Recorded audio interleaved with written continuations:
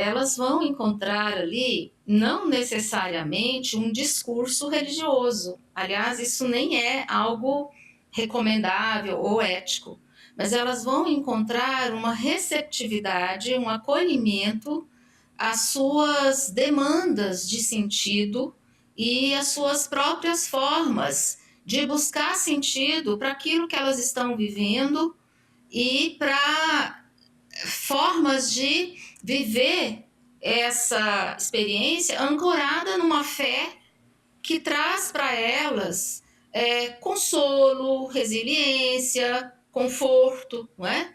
E possibilidades também de criar uma rede. Então, nesse sentido, o termo espiritualidade ele precisa ser diferenciado do termo religião. Não para fazer uma oposição entre espiritualidade e religião, não é? Mas para a gente mostrar uma abertura maior para as diferentes formas de fé, ou mesmo ausência de fé, mas para estar preparado no contexto de saúde para auxiliar essas pessoas na busca de sentido, porque a doença ela dá uma chacoalhada, uma balançada às vezes na sensação de se a vida ter ou não ter sentido, ou o medo da perda, o medo da dor, as angústias, o sofrimento. Às vezes a pessoa precisa se reorganizar existencialmente naquilo que sustenta a vida, o sentido da vida, não é?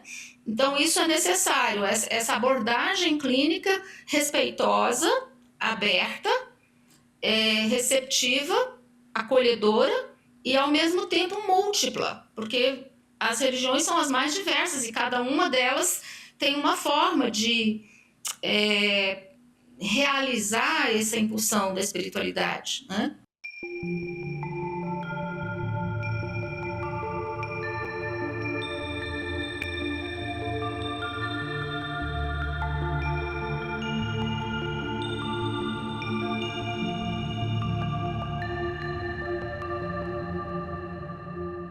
Sim, a espiritualidade, eu vou até apresentar uma figura aqui, tá? Vou pedir licença para mostrar uma figura que ajuda a compreender um pouco essa relação entre o que é espiritualidade, o que é religiosidade, né? E a relação entre elas.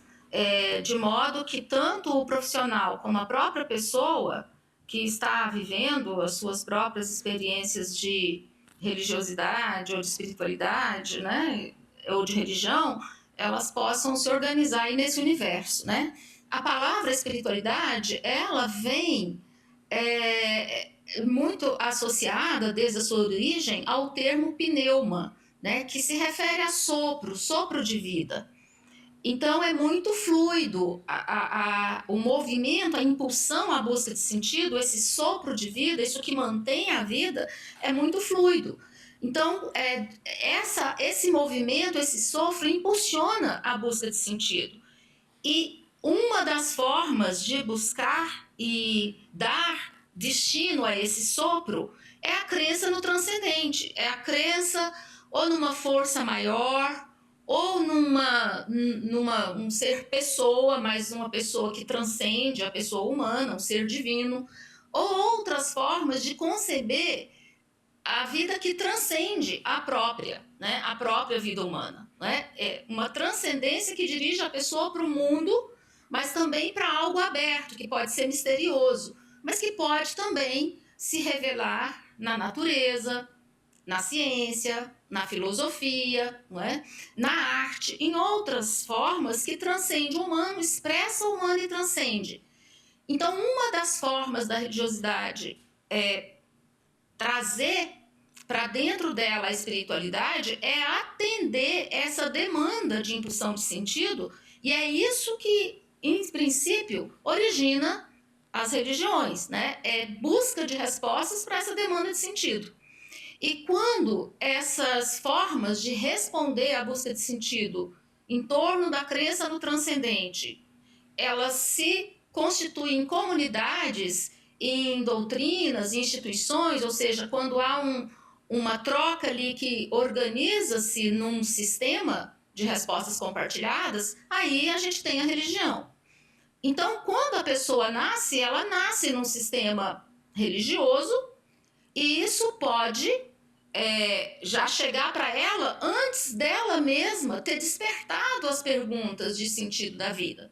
Porque já chegou via família, via os pais, via as mães, e mais tarde ela pode se colocar questões, né, em torno da religião e às vezes até reorganizar a sua espiritualidade para outras formas de buscar sentido.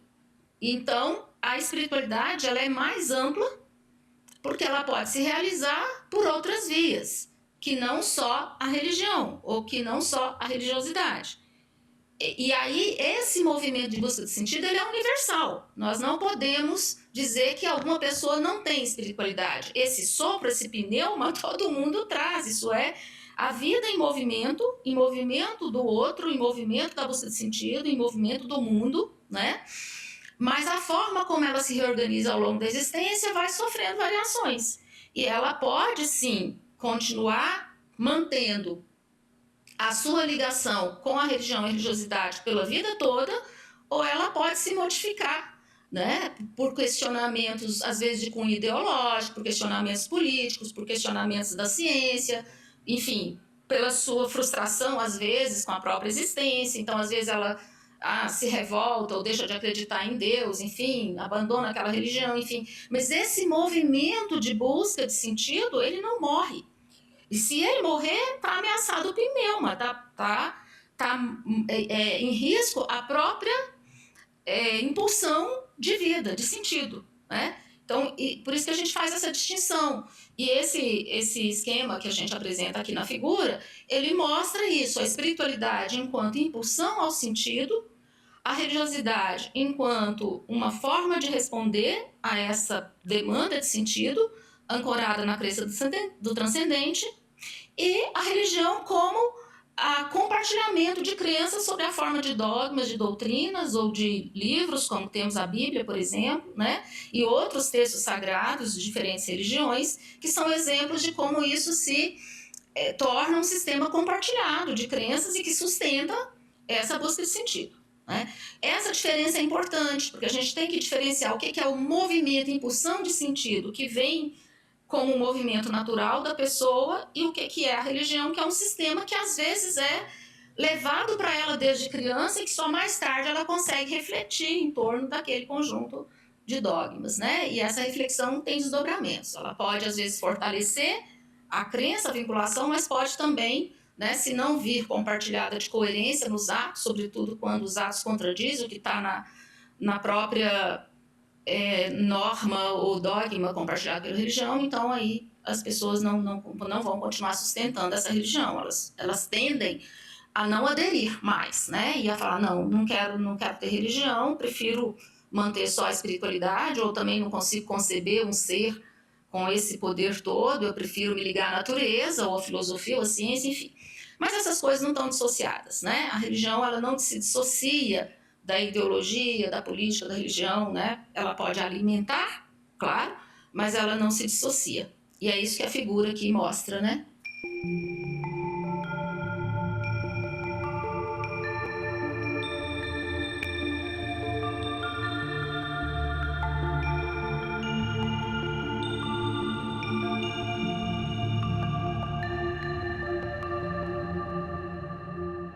Primeiro, a pessoa, quando ela impulsiona esse movimento de busca de sentido na religião, é saudável quando essa religião também promove uma rede, e a rede, ela é rede emocional, ela é rede de cuidados, ela é rede de pertencimento.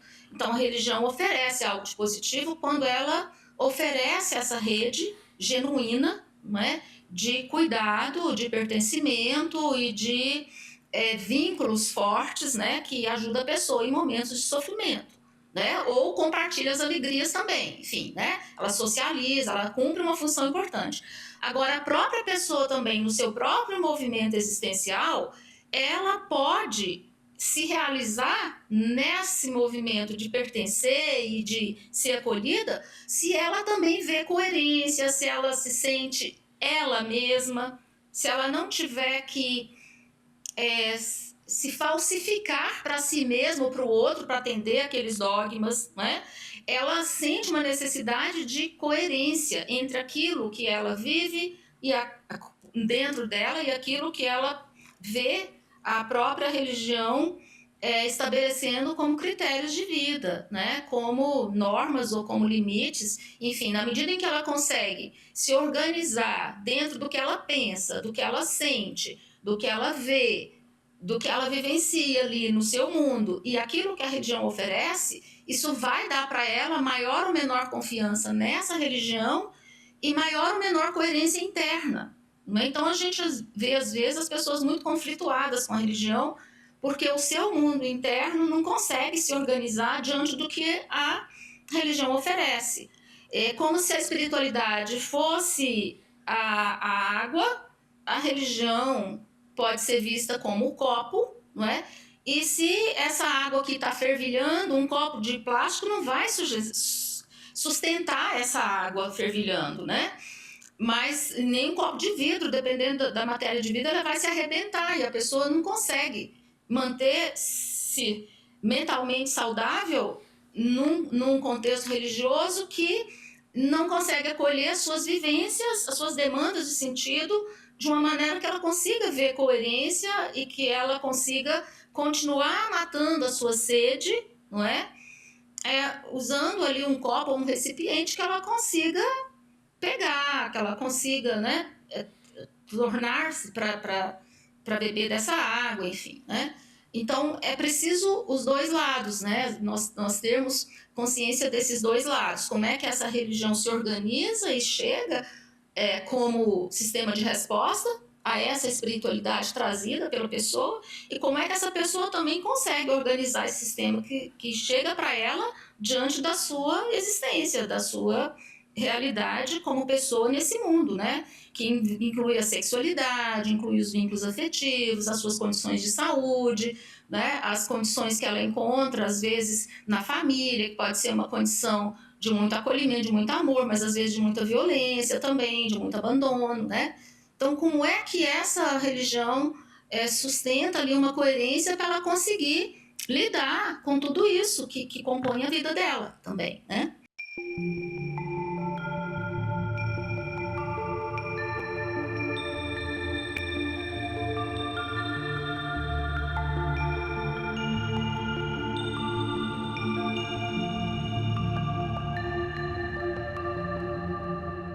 Quando esse encontro se dá, não é, internamente e externamente, quando se trata de religião, ou mesmo quando a pessoa se organiza por outras vias, que não necessariamente a religião, ela é promotora de sentido, ela é promotora de resiliência, ela é promotora de tolerância, né, aquele período, ela de esperança, né, sobretudo de esperança. Inclusive, tem uma frase que eu gosto muito, né, de um psicanalista, Christophe Dejour, que trabalha muito com a psicologia do trabalho, que ele diz: a saúde é quando ter esperança é permitido. A espiritualidade, ela promove a esperança. E ela promove uma força, uma capacidade de superar momentos difíceis, não é? Com base na propulsão de sentido. Ela não se prende ao passado, né? Não nega o passado, mas ela é propulsora daqui para frente. Então, ela promove um sentido aberto a mudanças, a possibilidades, a superações, né?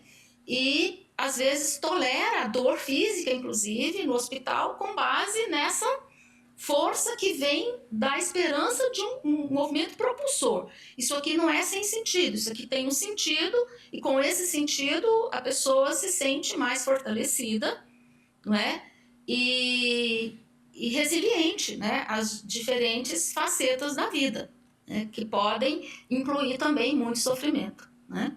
Nascer, às vezes, né? Nascer já é acompanhado de dores. Por que a mãe tolera a dor do parto? Porque ela tem ali, né, a esperança do bebê que vai nascer e uma vida inteira pela frente. Então, a dor do parto vira nada diante dessa esperança do bebê que está trazendo uma vida nova.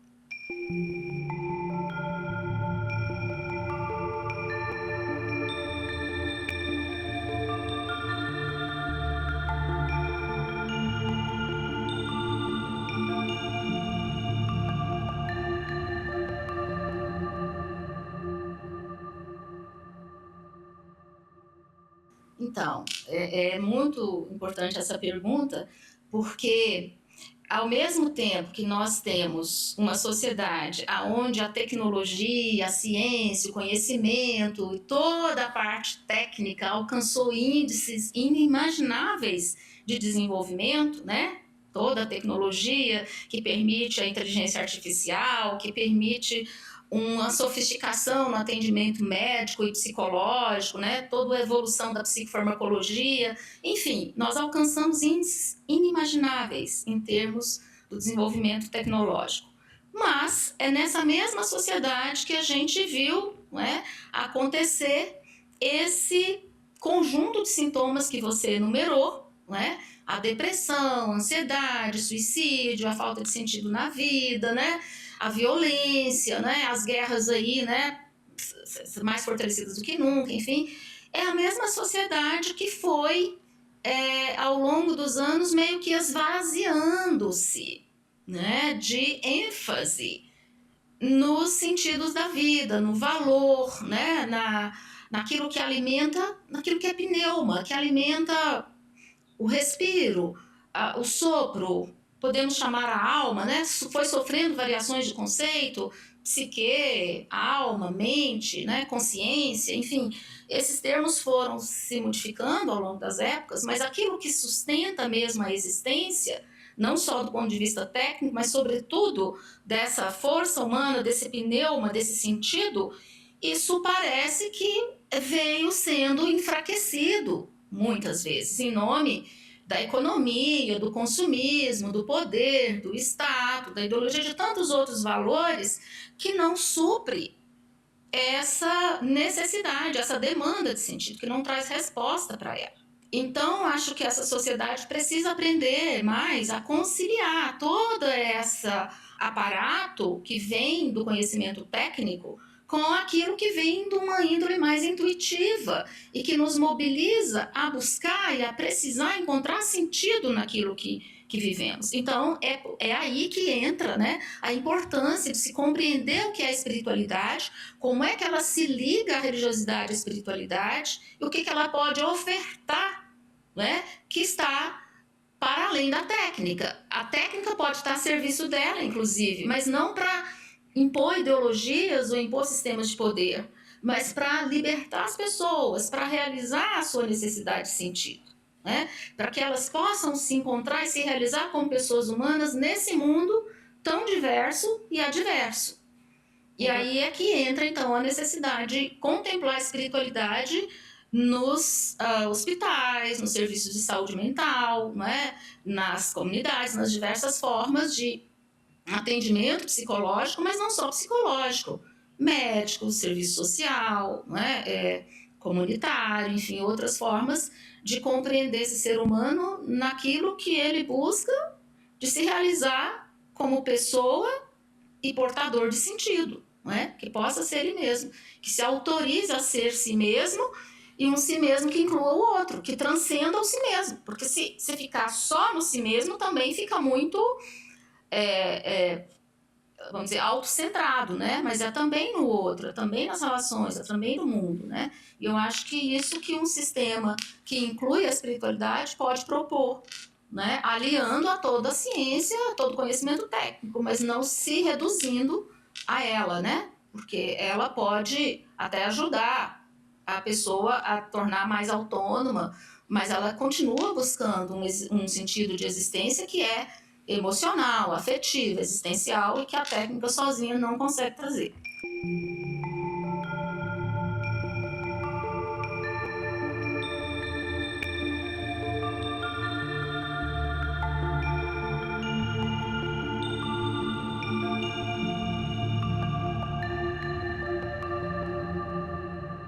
Com certeza, né? O professor para si mesmo, né? E para o outro, né? As organizações, o trabalho, né? A gente tem visto muitas organizações já trabalhando essa temática, né? E buscando desenvolver isso, né? Junto aos profissionais, para que aquela experiência do trabalho também seja portador de sentido para todos envolvidos nessa tarefa, né? E não só para quem está ganhando dinheiro, né? À custa do trabalho do outro, mas uma coisa mais comprometida com o humano, né, em geral, com a saúde mental das pessoas e com a sua realização mais profunda, né, ali naquele trabalho. Então, eu acho que todas as áreas, com certeza, né, e essa é uma coisa que pode, inclusive, auxiliar a alternativa do ensino nas escolas, que a gente tem na nossa legislação ao mesmo tempo, né, a proposta do ensino religioso, mas, por outro lado, que ele não possa se reduzir a uma condição que fira o nosso Estado laico, que não é associar a política à religião, né? O nosso Estado ele não está associado, não deve estar associado a uma religião específica. Então, não é uma religião escolhida por ser a maioria, ou por ser a que está na origem, ou por qualquer razão que seja, que vá ser ensinada lá, mas que seja trabalhado esses elementos que constituam essa demanda de sentido da pessoa e que a criança seja trabalhada desde o início com a liberdade de depois escolher, se, ou não só depois, mas durante, enfim, a família se vê respeitada ali na sua escolha religiosa e a criança também respeitada, né? Esse é um dilema para trabalhar o ensino religioso nas escolas, né? O que vai ser trabalhado ali? Que conteúdos vai ser trabalhado? Daí eu acho que a importância de compreender essas diferenças e o que constitui a espiritualidade, a religiosidade e a religião, respeitar os três, não é desrespeitar a religião porque ela é doutrina, ela é dogma, não é isso, mas é compreender como é que circula ali a espiritualidade dentro da religião e não chegar lá e ficar criticando as religiões, porque junto com isso, né, vai todo, às vezes, uma perspectiva muito destrutiva da espiritualidade que sustenta aquela religião, né? Então, em todas as áreas, é importante, é fundamental, não é só lá na saúde, quando, né, às vezes a pessoa já adoeceu, já está precisando de cuidados, e não, é no processo de promoção mesmo da saúde, né, e de prevenção de todos esses problemas de saúde mental que a gente tem e vivencia aí na sociedade, né.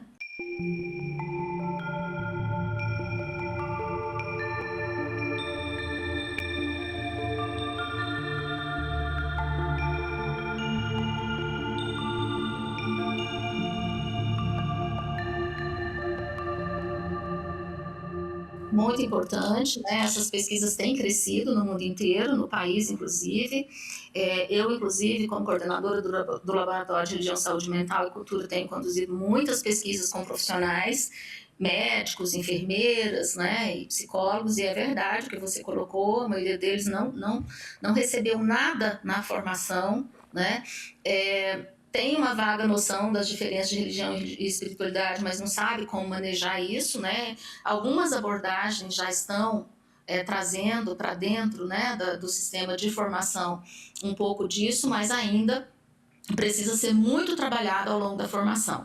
E existem muitas pesquisas, e as pesquisas mostram que os resultados de correlações positivas entre espiritualidade, religiosidade, religião e saúde mental tendem a ser, na maioria das vezes, positivo, né? Eventualmente pode ser negativo, a depender daquilo que a gente comentou antes, lá no primeiro bloco, né? Como é que a pessoa elabora isso internamente, ou como é que a religião organiza isso no seu sistema de dogmas e crenças, enfim, né? Essa relação ela é importante, mas tem muitas pesquisas, né, que apontam como que uma condução é possível sem incorrer, inferir a nossa condição laica do nosso Estado, o brasileiro, ou de qualquer outro Estado, né?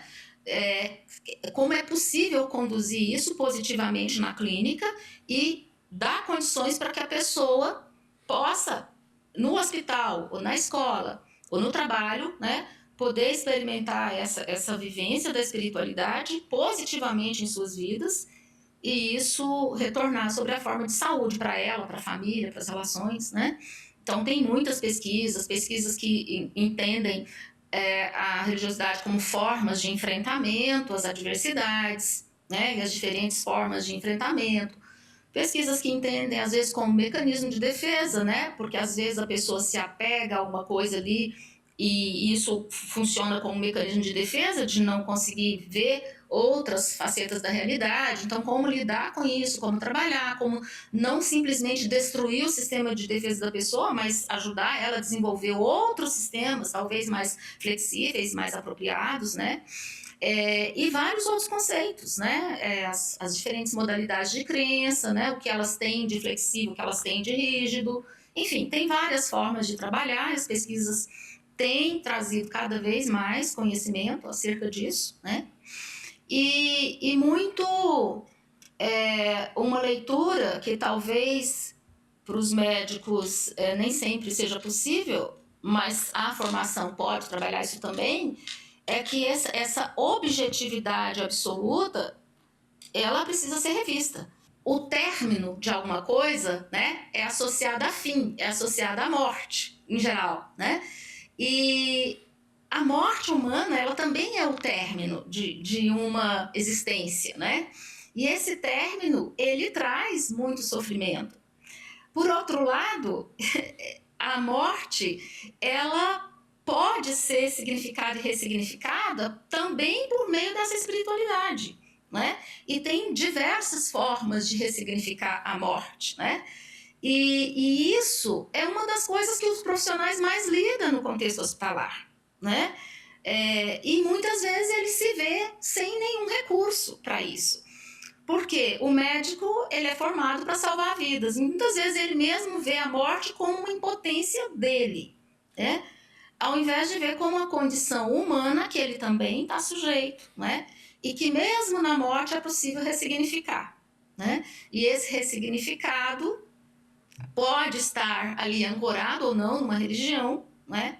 Mas ele pode ser visto como algo também propulsor de sentido, por mais que seja dolorida a perda de alguém que amamos, quando é o que nós sentimos, né? Toda vez que alguém se vai, né? E se esvai, a nossa sensação é de perda. Mas ela pode ser ressignificada também, né? E é isso que às vezes faz tolerar esse momento de luto, elaborar esse luto e permitir outras formas de existência, incluindo a própria pessoa que já se foi, né, nessa existência, mas de uma forma nobre, de uma forma vitalizada, de uma forma portadora de sentido, né, e que sustenta a vida dos que ficam, né, e vão continuar aqui até que se vão também, né.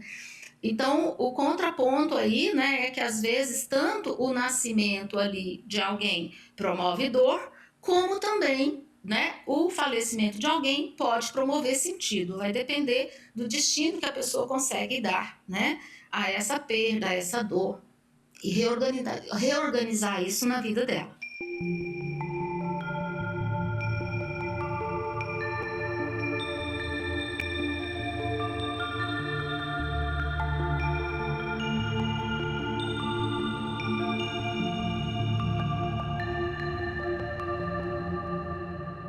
Com certeza. O próprio trabalho do profissional. Porque ele também se vê diante de uma condição, às vezes, extenuante, difícil, grave, né? O profissional de saúde, em geral, ele está exposto a condições de lida no seu trabalho, que mobiliza demais, que traz uma carga, né, de trabalho emocional e existencial também muito forte. E a própria espiritualidade dele sendo bem trabalhada pode ajudar, inclusive, a tolerar, suportar ou dar um destino, um significado a isso. A gente sabe que o índice de suicídio entre médicos é muito alto, entre estudantes de medicina também, não é? E o suicídio é uma situação de não ver a vida mais como portadora de sentido. Pneuma, né? Pneuma não está mais se sustentando, se mantendo, né? Esse sopro de vida já não é mais qualificado nessa existência. Então, é claro que isso primeiro a ser beneficiado com isso é o próprio profissional, de se reorganizar, né? E não sair desse lugar de onipotência, se ver num outro lugar, né? Mas um lugar de inclusão, um lugar de ter um papel, um lugar de ter um sentido, né? E de cuidado consigo mesmo e por consequência com o outro, mas dentro do seu limite de condição humana, sai desse lugar de onipotência, né? pode continuar num lugar de ideal de ajuda, né? Mas não entender a ajuda como reduzida à cura, porque algumas vezes não vai ser possível a cura no sentido do corpo físico, né? Mas pode oferecer outras coisas, né? Que não seja a cura da doença física, mas ele pode oferecer alguma coisa para si mesmo e para o outro, da ordem do pneuma, enquanto sustentação de sentido de vida.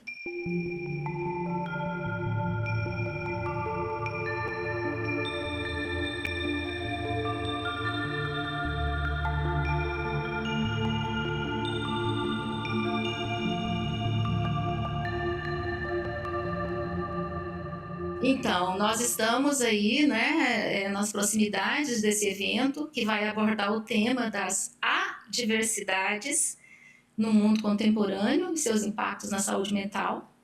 Então, essa temática da espiritualidade, religiosidade, religião, conflitos religiosos, né, será uma temática muito explorada no evento, né, em conexão com outros temas, como o tema da mobilidade humana, né, nunca o mundo esteve tão assim, vivendo uma mudança de pessoas, mudança de lugares, né? Imigrantes, refugiados, né? E várias condições que forçam as pessoas a mudarem, né?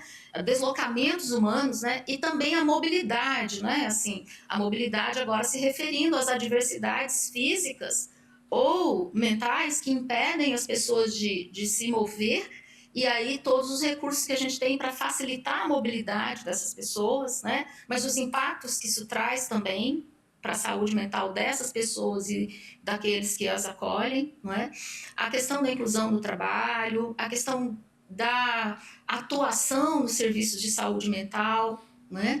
A questão das condições adversas, não é, que vivemos hoje no mundo, e também a questão da grande diversidade que nós temos que lidar a todo momento, né? Assim, esse respeito às diversidades de gênero, né, de religiões, de profissões, né, e de políticas, ideologias, enfim, tudo isso constrói um mundo diverso e adverso simultaneamente. E isso vai ser abordado nesse evento que vai acontecer nos dias 28 a 31 de outubro, no Campus 1 da Universidade Católica de Brasília. Eu estou aqui com o site aberto, né, onde vocês podem acessar a programação completa do evento, onde teremos 7 convidados de outros países, diferentes regiões do mundo, convidados, pesquisadores e pessoas que estão conduzindo vários trabalhos no nosso país, representando todas as regiões do país, né, do norte a sul, né, e apresentações artísticas, painéis, apresentação sobre a forma de posters, enfim, será um momento de muita troca de conhecimento do que tem de mais atual sobre essas temáticas, muito debate, muita discussão, muita reflexão, convivência, né, em momentos também mais leves, incluindo manifestações artísticas que também nos mobilizam em torno desses assuntos. Eu deixo aqui o convite a todos vocês, deixo aqui o link para o site do evento, o convite para que se inscrevam, as inscrições ainda estão abertas. Estamos vendo se a gente consegue trazer esse evento para o formato híbrido, por enquanto ele é presencial. Até o início da semana que vem a gente vai ter a informação se é possível trazê-lo também para o formato híbrido, para aqueles que porventura não puderem estar em Brasília ou já não tiver mais vaga presencial, possam também assisti-lo sob a forma online de onde estiver, né?